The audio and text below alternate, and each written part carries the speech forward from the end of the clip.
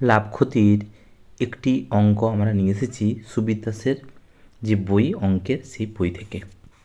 সেখানে আমরা একটা অঙ্ক দেখেছি যে একই ব্যক্তি একই দামে দুটি দ্রব্য বিক্রি করে একটিতে 10% লাভ অপরটিতে 5% ক্ষতি করলো। মোটের উপর লাভ বা ক্ষতির হার বার করতে বলেছে। এই অঙ্কটা দেখে আমরা সকলেই ভুল করি, সাকসেসিভ লাগিয়ে দিই, লাগানোর ফলে উত্তর মিলে না, উত্তর ভুল হয়। মোটের উপর লাভ বলেছে, নেট চেঞ্জ বলেনি। এটা ভালো করে মাথায় রাখলে অঙ্কটা সহজেই তোমরা করতে পারবে। এখানে 10% মানে লাভ, 10% মানে কত? 1/10, 1/10, আর 5% 1/20, 1/20। তাহলে আমরা রেশিওটা যদি করি সিপি এসপি, প্রথমে লাভ 10 টাকায় কিনেছে, 1 টাকা লাভ হয়েছে মানে 11। পরেরটা ক্ষতি হয়েছে, 20 টাকায় কিনেছে আর 19 টাকায় বিক্রি করেছে। দেখো এখানে মানে একটা দেখার জিনিস আছে, কী দেখব না, এখানে বলেছে দুটি বিক্রয় মূল্য সমান। আমাদের বিক্রয় মূল্য কি সমান আছে? না।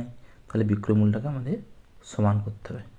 কী করে সমান করব না, উভয়কে আমরা এদিকে 19 আর এদিকে 11 দিয়ে গুণ করে দেবো। গুণ করলে কত হচ্ছে? 19 × 190 আর 11 × 209,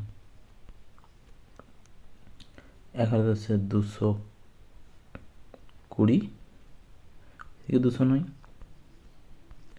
তার আমরা যদি যোগ করি কত হচ্ছে?